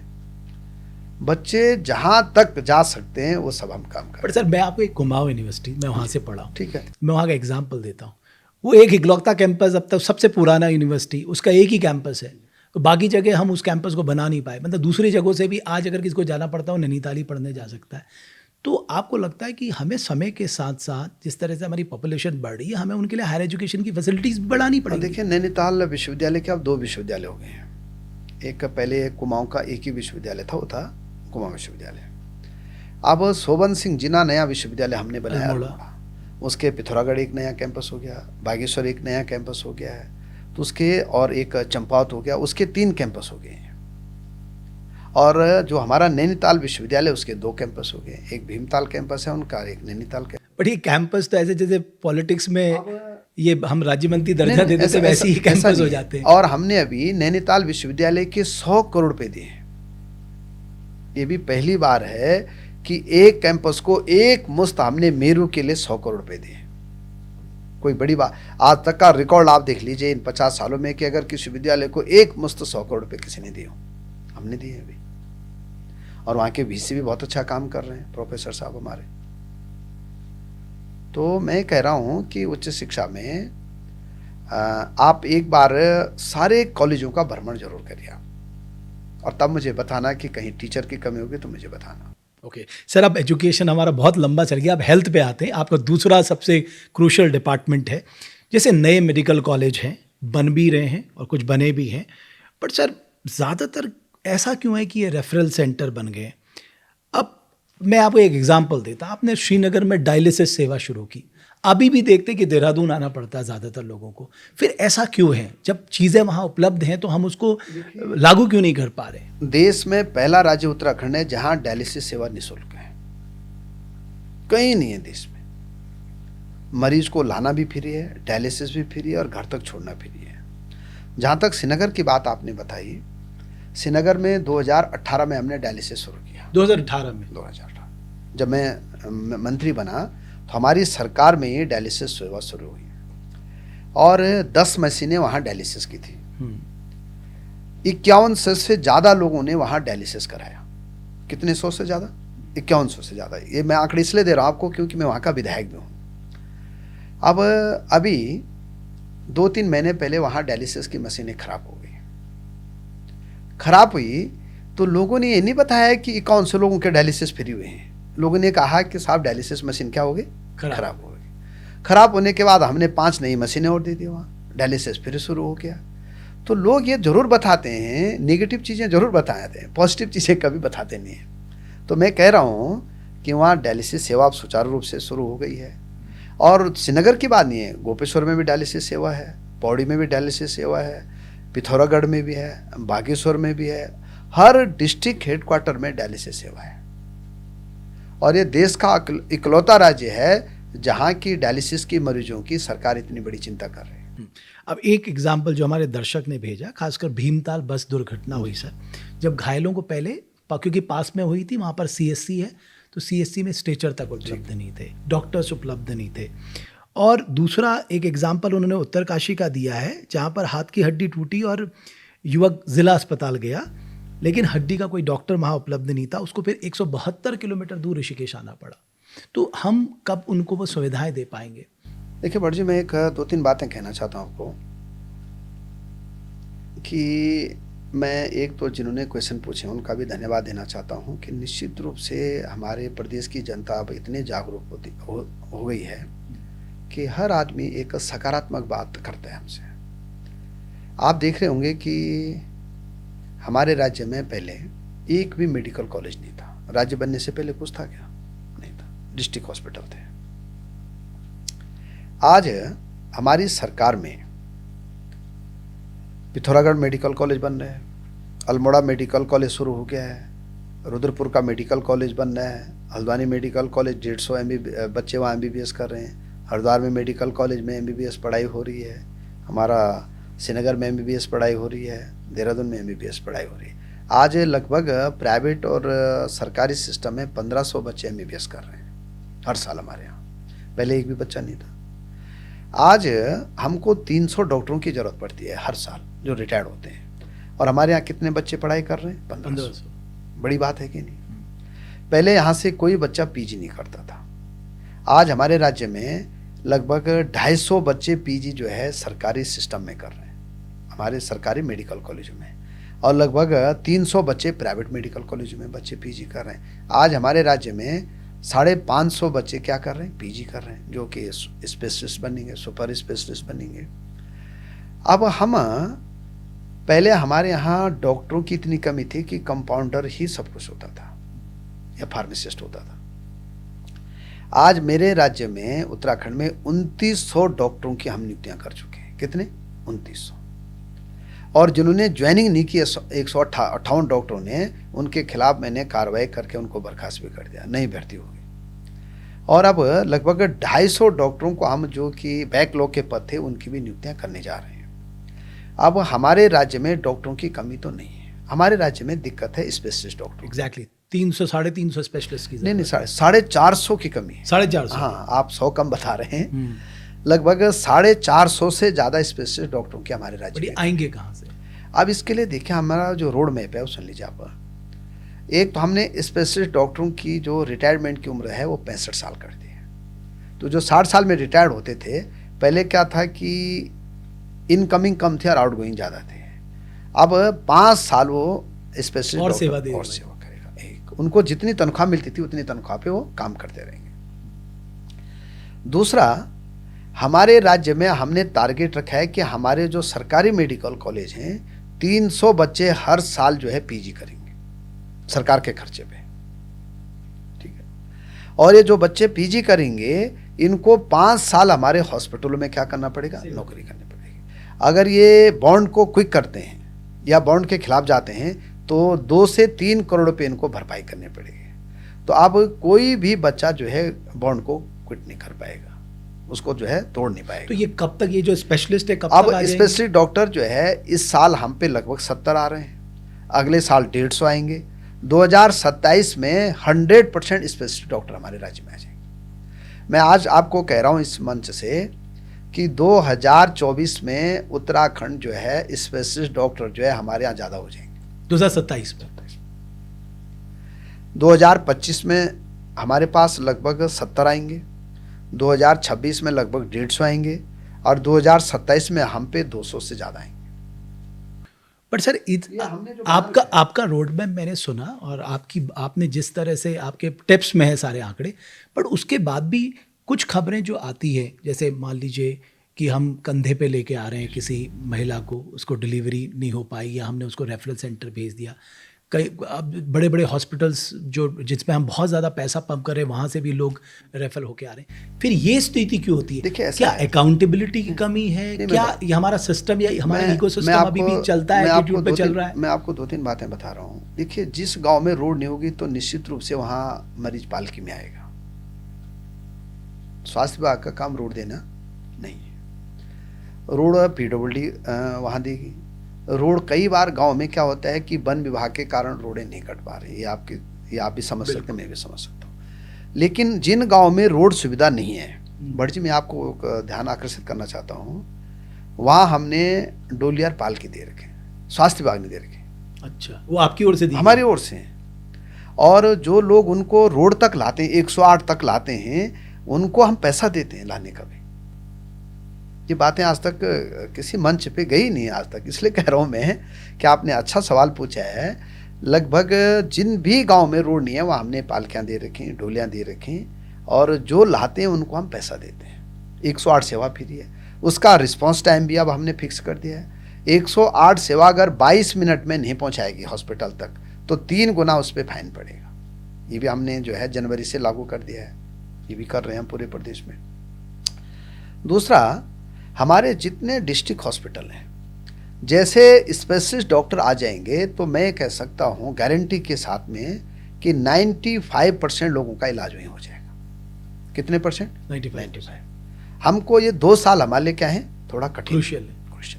मैं स्वीकार करने में कोई दिक्कत नहीं। डॉक्टर रावत, एक और बात आती है ना, जो बड़े लोग हैं वो तो प्राइवेट चले जा रहे हैं, है ना, स्वास्थ्य विभाग के लोग भी प्राइवेट में उपचार करा रहे हैं। तो साहब, जब हमारे पास दून जैसा अस्पताल है, इतनी सुविधाएं हैं, तो हम उन पे क्यों नहीं जाते हैं? देखिए, आप कोई आदमी अगर प्राइवेट कॉलेज में जाता है या हॉस्पिटल में जाता है, देखिए आप, आयुष्मान सुविधा हमारे राज्य में हर आदमी के लिए 100%। यहाँ ना गरीब है ना यहाँ अमीर है, यहाँ सबके लिए आयुष्मान है। अब अगर कोई मरीज है और वो कह रहा है कि भाई मुझे फलाने हॉस्पिटल में जाना है, तो हम उसको रोक सकते हैं क्या? नहीं रोक सकते। लेकिन हमारा हॉस्पिटल उससे अच्छा होना चाहिए ताकि मरीज ये कहे कि मुझे जो है अपने सरकारी हॉस्पिटल में इलाज कराना है। मैंने आपको कह दिया कि आज पर डे हमारे राज्य में 37,000 लोगों का इलाज फ्री हो रहा है हमारे राज्य में, सरकारी सिस्टम पर डे। हमारी जो ओपीडी है, 37,000 लोग पर डे हमारे हॉस्पिटलों में आते हैं, चाहे सीएससी में आते हैं, चाहे पीएससी में आते हैं, चाहे मेडिकल कॉलेज में आते हैं, चाहे जिला हॉस्पिटल में आते हैं। मतलब ये भी रिकॉर्ड है एक कि 37,000 लोगों का पर डे हम इलाज फ्री कराते हैं। ठीक, उसमें से 100-200 लोग जो है रेफर होते हैं, क्योंकि माना किसी को कार्डियो की दिक्कत होगी, तो निश्चित रूप से अभी कार्डियो की प्रॉब्लम है हमारे यहाँ। मैंने तो स्वीकार किया है इसको। दून हॉस्पिटल में हमारे पास कार्डियो आ गया। अब श्रीनगर में भी हम कार्डियो की व्यवस्था कर रहे हैं। हमने जो है कैथ लैब हल्द्वानी में भी बन के तैयार हो गई है, श्रीनगर में भी बन गई है, और देहरादून मेडिकल कॉलेज में भी बन गई। आज तक को देखो ये सुविधाएं थी नहीं। अब धीरे धीरे हम सुपर उस पर जा रहे हैं कि भाई हमको अपने राज्य में अपनी व्यवस्थाएं और अच्छी करनी है। लेकिन मैं इसको स्वीकार कर रहा हूँ कि हमारे राज्य में 2 साल में अब स्पेशलिस्ट डॉक्टरों की पूर्ति हो जाएगी, और ये जो रेफर वाला सिस्टम है ये भी हमारे राज्य में क्या हो जाएगा, खत्म हो जाएगा। बट हम जैसे ना, प्राइवेट का इकोसिस्टम बड़ा अलग होता है। अगर आप हेल्थ सेक्टर में देखें, वो इकोसिस्टम हम यहाँ क्यों नहीं डेवलप कर पा रहे? ताकि क्योंकि नया बच्चा आएगा, उसका अट्रैक्शन हमेशा प्राइवेट हॉस्पिटल ही हम कुछ देखिए, अब पहले प्राइवेट हॉस्पिटलों में बहुत अच्छे पैकेज मिलते थे। आज हम भी देखो स्पेशलिस्ट को अब 5 लाख तो तनख्वाह हम भी दे रहे हैं। ये भी देश का पहला राज्य है जहाँ कि हमने 4 लाख से लेके और 6 लाख तक तनख्वाह देने का ऑफर दे दिया डॉक्टरों को। सुपर स्पेशलिस्ट में भी उनमें हमने दे रहे हैं उनको। अब हम कुछ हॉस्पिटलों को ऐसा कर रहे हैं जो डिस्ट्रिक्ट हॉस्पिटल और मेडिकल कॉलेज हैं, ये भी हम ऐसा कर रहे हैं कि इतने अच्छे हम इनको सुविधाएं देने वाले हैं। इस साल भी कुछ हम अलग अलग व्यवस्था बना रहे हैं ताकि लोगों को जो है प्राइवेट में कम से कम जाना पड़े। तो मैंने ये क्यों उठाया, परसों आप डीजी हेल्थ को मिलने मैक्स हॉस्पिटल गए थे, तो लोगों ने उसमें बहुत सारी टिप्पणियां की कि जब डीजी हेल्थ उनका निजी फैसला हो सकता है उस पर ही, लेकिन उनको अगर वो दून को जब हम इतना कह रहे हैं कि हमने सारी सुविधाएं दे दी, तो उन्हें दून पे क्यों नहीं उपचार कराया? तो आपको लगता है कि खासकर सरकारी लोग या ऐसे लोग जो स्वास्थ्य विभाग से जुड़े, उनको उस हॉस्पिटल में ज़रूर जाना चाहिए, क्योंकि इससे इकबाल जनरल लोगों का भी बढ़ता है उस हॉस्पिटल। देखिए, ऐसा है कि अधिकांश लोग दून हॉस्पिटल में जाते हैं, मैक्सिमम लोग आप देख रहे होंगे। यह है कि वो खबर नहीं बनती है, और हम कभी खबरों के लिए काम करते भी नहीं हैं। हमारी डीजी को अटैक आया और वो बाथरूम में गिर गई, और जब मुझे पता चला कि उनकी तबीयत खराब है तो मैंने उनको पूछा कि आपको क्या दिक्कत है। तो वो जो उनको न्यूरो की डॉक्टर की उस समय प्रॉब्लम थी। हमारे यहाँ न्यूरो का डॉक्टर उस समय उपलब्ध नहीं था। देखो, मैं इस चीज़ को स्वीकार कर रहा हूँ। तो मुझे भाई किसी भी आदमी को बचाना भी तो एक बड़ा काम है। नेचुरली वो अपनी जान के लिए ठीक हो कहीं गया। भी तो अप्रोच इसलिए जो है वो वहाँ गई और मैं इसको स्वीकार कर रहा हूँ कि मैं उनको देखने भी गया वहाँ, और आज वो भगवान की कृपा से क्या है, ठीक भी ठीक है। तो मेरा कहना है कि कई बार ऐसी परिस्थितियाँ भी होती हैं कि न्यूरो का डॉक्टर हमारे पास एक ही है या कार्डियो का डॉक्टर एक ही है, वो दिन वो बाय द वे कारणवश कोई घर के काम से छुट्टी है, तो ये जो प्रॉब्लम रहती है या तो हम दो दो पोस्टें करें वहाँ। लेकिन मैं कह सकता हूँ कि स्वास्थ्य के क्षेत्र में आज उत्तराखंड बुलंदियों की तरफ बढ़ रहा है, और मैं गारंटी के साथ कह सकता हूँ कि आप देखिए आयुष्मान में 10 लाख लोगों का इलाज फ्री हो चुका है। कम बड़ा आंकड़ा है क्या? हम 272 जांचें लोगों की फ्री कराते हैं, लगभग 29 लाख लोगों ने अपनी जांचें अभी तक फ्री करा चुके हैं। गर्भवती महिलाओं को हम जब बच्चा होना होता है तो निःशुल्क जो है उनको हॉस्पिटल तक लाते हैं, जब जच्चा बच्चा हो जाता है तो घर तक निःशुल्क छोड़ के आते हैं। ये भी सुविधा भी हमारे यहाँ है। एयर एम्बुलेंस की सेवा भी हमारे देश का पहला राज्य है जहाँ की क्रिटिकल मरीज के लिए एयर एम्बुलेंस सेवा भी उपलब्ध है। तो लोगों को थोड़ा इस पॉजिटिव वे पे भी देखना चाहिए कि राज्य सरकार जो है लगातार इस क्षेत्र में भी काम कर रही है। नर्सिंग भर्ती को लेके बहुत सारे सबने कहा कि बहुत भर्तियां हो रही, ये बात सच है, बट उनका कहना है कि साहब बाहर के लोग भी बहुत सेलेक्ट हो रहे हैं जो प्रदेश में आके स्थायी निवास प्रमाण पत्र बना। मैं आपको गारंटी के साथ कह रहा हूँ कि नर्सिंग भर्ती में 1, प्राइमरी शिक्षा में 2, एएनएम भर्ती में 3, अभी तक लगभग 10,000 से ज़्यादा लोगों को नौकरी हम दे चुके हैं, एक भी बाहर का नहीं, सारे उत्तराखंड के। बट वो जो प्रमाण पत्र होते हैं उनकी स्क्रीनिंग होती है सर? देखिए ऐसा है कि बाय द वे कोई धोखे से अगर एंटर कर गया तो उसके खिलाफ भी कार्रवाई हो जाती है। लेकिन मैं गारंटी दे रहा हूँ कि नर्सिंग भर्ती में, एएनएम भर्ती में, प्राइमरी शिक्षा में जितने भी लोग लगे हैं वो सब उत्तराखंड के लोग लगे हैं। ओके सर, ये फार्मासिस्ट लोगों ने भी बहुत सवाल पूछे हैं कि साहब हमारा कब तक कल्याण होगा? देखिए फार्मासिस्टों की भर्ती काफ़ी दिनों से नहीं हुई है। अब ये मेरा भी सौभाग्य है और हमारी सरकार का भी कि सारी भर्तियां हम ही कर रहे हैं। आज तक लोग पता नहीं क्यों चुपचाप थे, ये भी मैं नहीं समझ पाता हूँ। लेकिन फार्मासिस्टों के लिए भी हमने रास्ता खोल दिया है, और आप देख रहे होंगे कि मेडिकल कॉलेजों में भी हमने उनके पदों खोल दिए हैं, तो बच्चे वहाँ वर्षवार भर्ती हो रही है, वर्षवार भर्ती होगी उनकी भी। और अब स्वास्थ्य विभाग में भी हम फार्मासिस्टों के नए पद सृजन कर रहे हैं, उनकी भी भर्ती जो है वर्षवार की जाएगी। इसलिए फार्मासिस्ट बहुत खुश भी हैं, जो बेरोजगार बच्चे हैं वो मुझे भी मिलते रहते हैं। आप देखिए पहली बार उत्तराखंड का बेरोजगार बच्चा भी, उसका भी सरकार पे विश्वास है कि सरकार काम कर रही है। और मैं तो जिस भी जिले में जाता हूँ मुझे हजारों लोग मिलते हैं, बेरोजगार भी मिलते हैं, रोजगार भी मिलते हैं, माननीय शिक्षक भी मिलते हैं, डॉक्टर्स भी मिलते हैं, जनता भी मिलती है।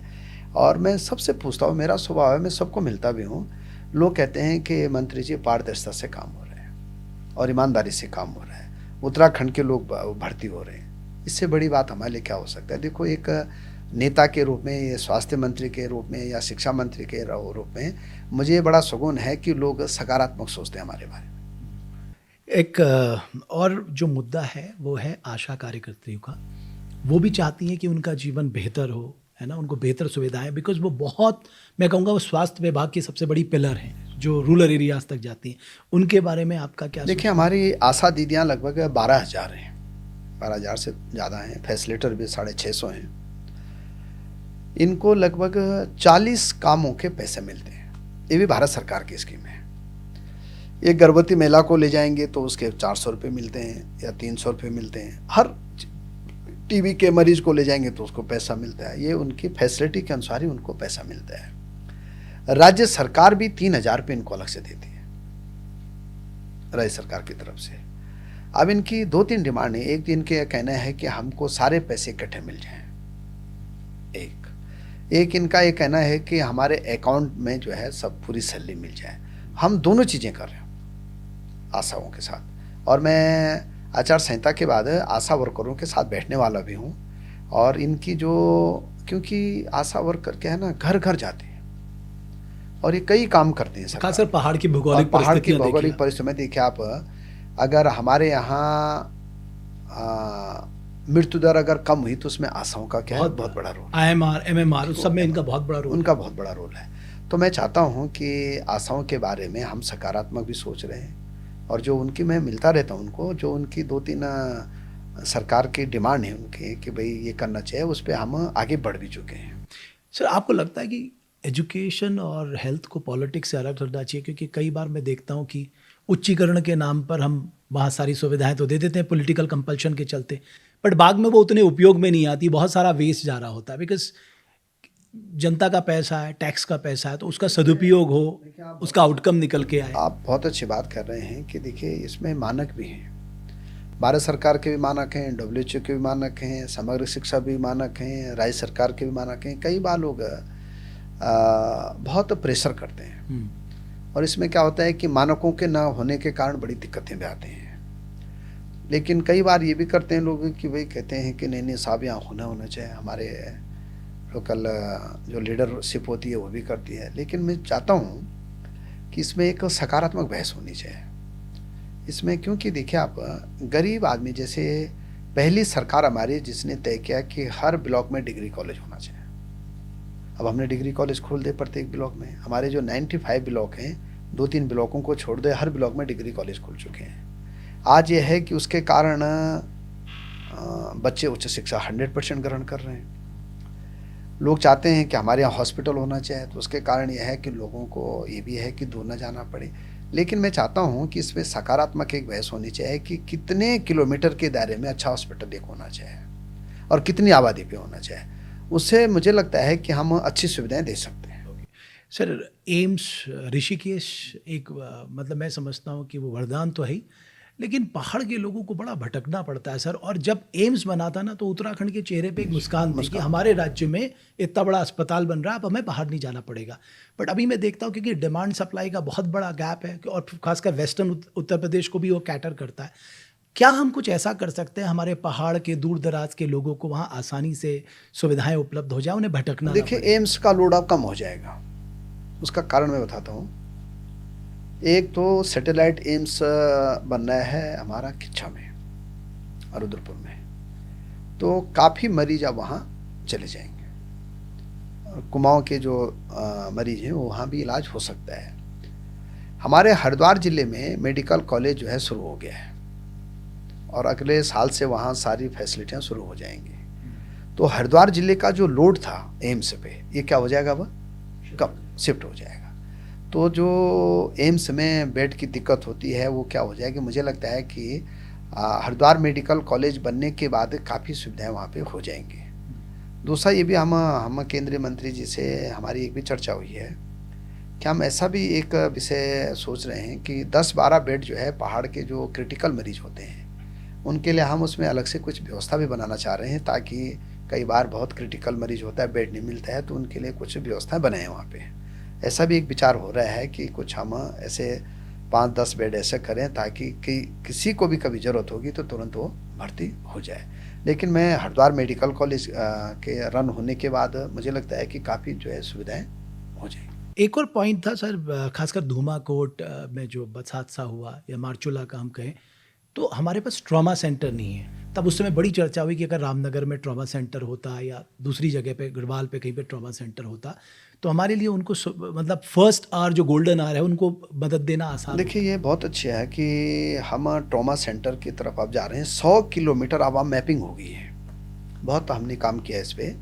हम 100-150 किलोमीटर की मैपिंग करके एक ट्रॉमा सेंटर बना रहे हैं हर जगह। कई बार क्या होता है कि 4 धाम यात्रा में भी यात्रियों को दिक्कत हो जाती है, तो उनको जो उनका गोल्डन पीरियड होता है वो सब सफरी में चले जाते हैं। तो हम चाहते हैं कि जो हमारे मेडिकल कॉलेज हैं उन पे ट्रॉमा सेंटर की स्थापना हो जाए। हम चाहते हैं कि जो डिस्ट्रिक्ट हॉस्पिटल हमारे उस पर भी हम पूरा ध्यान दे रहे हैं। और मैं कह रहा हूँ कि देखो स्वास्थ्य विभाग में बड़ा काम है कि व्यवस्थाओं को धीरे धीरे जुटाने, क्योंकि जैसे हम पे स्पेशलिस्ट डॉक्टर आ जाएंगे सारी सुविधाएं, इसमें पैसे की दिक्कत नहीं है, इसमें है डॉक्टरों की समस्या भी।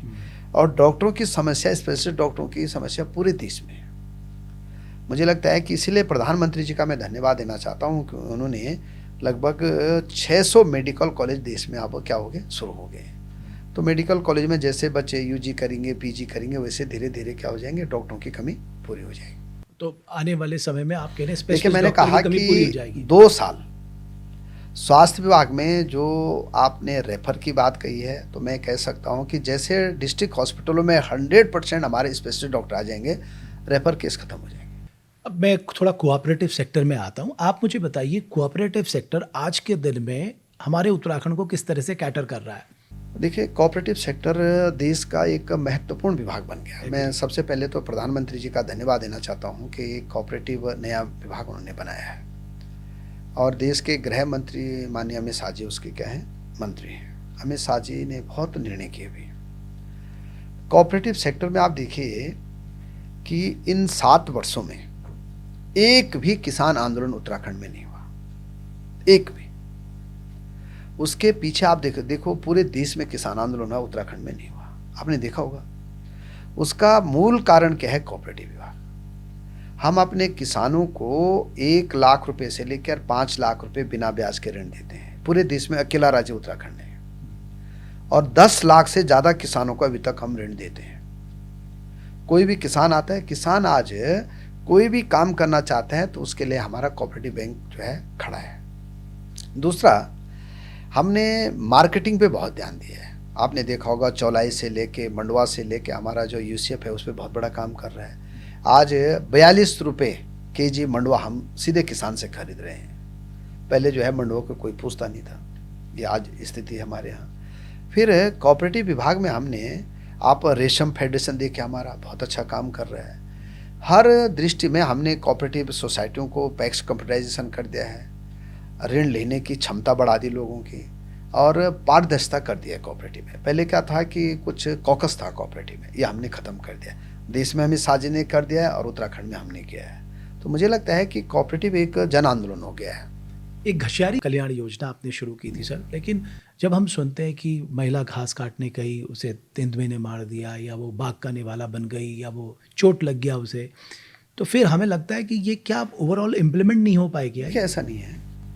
घसियारी कल्याण योजना एक पहाड़ के लिए वरदान साबित है, और आप देख रहे होंगे कि 2 लाख से ज़्यादा महिलाएं घसियारी कल्याण योजना से लाभान्वित हो रही हैं। अब किसी गांव में क्या है कि लोगों का अभी ट्रेडिशनल काम है, उसको छोड़ नहीं रहे लोग। छोड़ना भी मुझे लगता है कि थोड़ा समय लगेगा इस पर।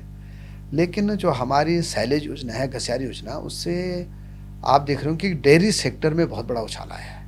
हमारे राज्य में 50,000 से ज़्यादा लीटर जो है डेयरी में जो है नया उत्पाद हुआ है, ये बड़ी बात है।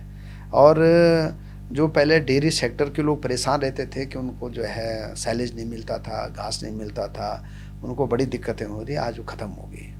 वैसे महिलाएं भी जो है पूरा दिन लग जाता था घास काटने में। तो मुझे लगता है कि हम लोग इसको और बढ़ाना चाह रहे हैं। हमको क्या है कि थोड़ा सी तराई इलाके में अभी किसानों को हमने कहा कि आप मक्का उगाइए, कोऑपरेटिव को दीजिए आप। तो कई जगह लोग तैयार भी हो गए, उधम सिंह नगर में भी, और इधर विकास नगर में तो काफ़ी काम चल रहा है इसका, हरिद्वार में भी काम चल रहा है। तो आप लोकल प्रोक्योर करेंगे? और लोकल ही करेंगे। तो लोकल करने से क्या हो जाएगा कि वहाँ का किसान भी, उसकी भी आय दुगनी हो जाएगी। तो ये भी हम कर रहे हैं, और मुझे लगता है कि इससे डेयरी सेक्टर में बहुत बड़ा उछाल आया है। सर, अब कुछ 3-4 क्रूशियल इश्यूज हैं जिसमें उत्तराखंड की जनता चाहती है आप जवाब। भू कानून पर आपका क्या टेक है? देखिए, भू कानून तो हमारी सरकार ने स्पष्ट किया है कि हम ऐसा सशक्त भू कानून ला रहे हैं जो कि जनता से भी सुझाव लिए जा रहे हैं। आप देख ही रहे होंगे आजकल सब जगह लोग सुझाव दे रहे हैं, और हमें चाहते हैं कि ये जनता का दस्तावेज बने, और सभी बुद्धिजीवी लोगों से भी सुझाव ले रहे हैं। हमारे मुख्यमंत्री जी खुद इसको मॉनिटरिंग भी कर रहे हैं। तो मुझे लगता है कि ये उत्तराखंड के हित के लिए भी अच्छा रहेगा और जनता के हित के लिए भी अच्छा रहेगा। आप कह रहे हैं जो मजबूत भू कानून उत्तराखंड के लोगों को मिलना चाहिए। निश्चित रूप से देख रहे होंगे आप कि सरकार ने भी इसके लिए कमेटी बना दी है, और सरकार भी निरंतर जो है जितने लोग सुझाव दे रहे हैं उन सुझावों पे अमल भी कर रही है, और मुझे लगता है कि जनता के अनुरूप ही भू कानून जाएगा। गैरसैंण में आपकी क्या सोच है? देखिए, गैरसैंण तो हमारी सोच बहुत स्पष्ट है। आपने देखा होगा कि हमारी सरकार ने ग्रीष्मकालीन राजधानी घोषित किया है। जब माननीय त्रिवेंद्र जी थे तो उस समय ग्रीष्मकालीन राजधानी घोषित हुई थी। हमारे मुख्यमंत्री भी लगातार वहाँ जाते हैं, हमारा सत्र भी वहाँ होता है। वो अभी 1 दिन 2 दिन वहाँ रुके भी थे। मेरा निरंतर दौरा होता है, मैं तो हर 2 महीने में गैरसैंण जाता ही रहता हूँ। वहाँ हम उपजिला चिकित्सालय बना रहे हैं, वहाँ पे हम डिग्री कॉलेज बना दिया है, वहाँ पे हमने जो है बहुत बड़ी झील बन रही है। गैरसैंण के विकास के लिए कोई कमी हमारी सरकार नहीं कर रही।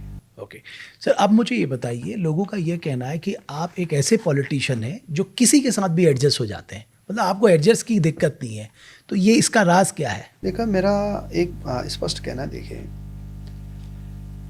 कि जब भी आदमी राजनीतिक क्षेत्र में काम करता है या सामाजिक क्षेत्र में काम करता है, तो दो चीज़ें तो तय है कि आदमी को एक तो गुस्सा नहीं आना चाहिए, एक दूसरा क्या है कि आदमी को हर व्यक्ति के सुझाव सुनने का आदी होना चाहिए, तीसरा यह है कि केंद्रीय नेतृत्व पर, अपने नेतृत्व पर विश्वास रखना चाहिए।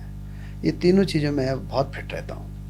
मैं लक्ष्मण रेखाओं का कभी उल्लंघन नहीं करता हूँ, और कोई भी केंद्रीय नेतृत्व जो भी हमारे यहाँ निर्णय करता है, हम केंद्रीय नेतृत्व के साथ खड़े रहते हैं। हमारे दिमाग में दो चीज़ें बहुत ही स्पष्ट रहते हैं कि भारतीय जनता पार्टी जो है, जो भी निर्णय करती है वो अच्छा करती है, लोकतांत्रिक पद्धति से करती है। और आज देख रहे होंगे, इसीलिए आज पूरे विश्व की नंबर 1 पार्टी हमारी भारतीय जनता पार्टी बनी है।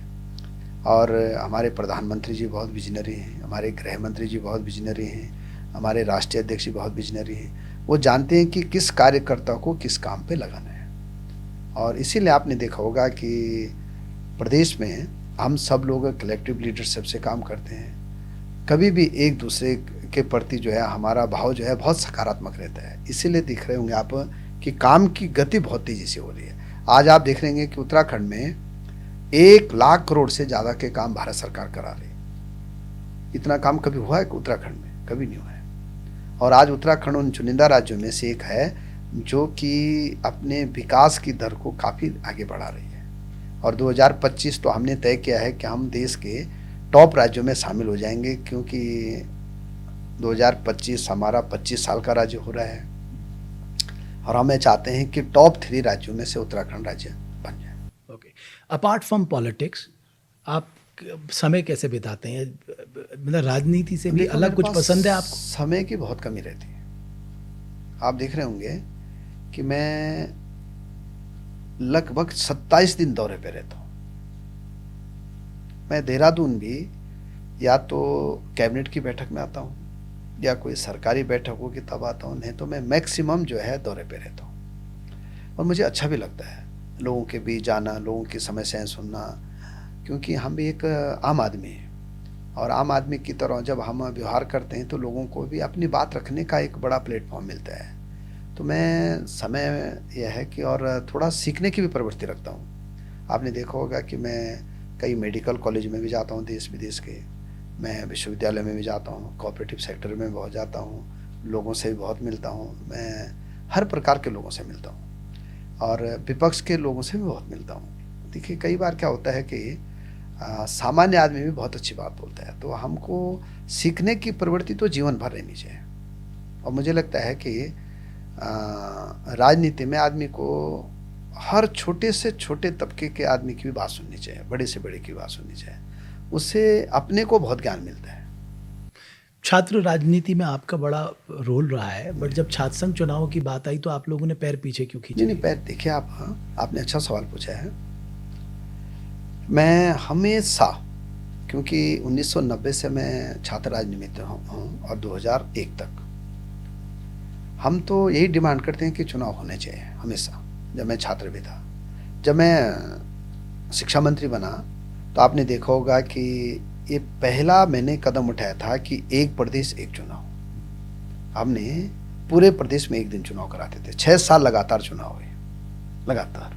कोविड को छोड़ दिया जाए, हर साल में चुनाव कराता था, एक ही दिन में कराता था। बहुत अच्छी परंपरा हमने बनाई हो। और इस साल भी हमने कहा था कि 30 सितंबर तक चुनाव होने चाहिए। सरकार की तरफ से मनाही नहीं थी। अब कतिपय कारणों के कारण विश्वविद्यालय चुनाव नहीं करा पाए, तो लोगों को लगा कि सरकार भी, जिसमें सरकार का कोई वो नहीं था। और हमें चाहते हैं कि बट अगर कॉलेज प्रशासन से पूछो, बोले गवर्नमेंट का इंडिकेशन तक अगर आने नहीं, देखो, कोई, मैं कह रहा हूँ कि अगर 6 साल जब लगातार चुनाव है, मेरे कार्यकाल में 30 साल क्यों नहीं कराते हो? और वो तो लिखित दस्तावेज है ना, हमने कह रखा है कि 30 सितंबर तक चुनाव कराने थे। अगर आज भी, क्योंकि मामला कोर्ट में विचाराधीन है, कोर्ट अगर कहेगा कि चुनाव कराने तो हम कराने के लिए तैयार हैं, हम कोई मना नहीं कर रहे। मैं चाहता हूं कि छात्र संघ चुनाव होनी चाहिए। धन सिंह जी, बहुत धन्यवाद। आपने इतने विस्तार से education sector, health sector, cooperative sector और उत्तराखंड के मसाइलों पे बहुत बात की है। आपने क्लैरिटी से जवाब दिए। मैं आपका बहुत धन्यवाद करता हूँ और आशा करता हूँ फिर हमारी मुलाकात होगी। आप हमें समय फिर देंगे और अगले कुछ महीनों बाद हम फिर एक पॉडकास्ट करेंगे प्रगति को लेकर कि कहाँ हम पहुँचे। बहुत धन्यवाद आपका बहुत बहुत आपका। धन्यवाद। बहुत धन्यवाद आप सभी का। और हमारी कोशिश थी कि हज़ारों की तादाद पे आप लोगों ने सवाल पूछे थे और हमने पूरी कोशिश की वो सारे सवाल हम माननीय मंत्री जी से पूछें। जाहिर है वो जवाब भी आप तक पहुंचा होगा। मैं आपसे निवेदन करूंगा कि आप देवभूमि डायलॉग से जुड़िए, इस पॉडकास्ट को देखिए और भविष्य में अगर आप चाहते हैं हम किसी को अपने इस मंच पे बुलाएं तो आपका वह सुझाव भी हमारे लिए बहुत महत्वपूर्ण होगा। बहुत धन्यवाद देवभूमि डायलॉग के पॉडकास्ट को देखने के लिए।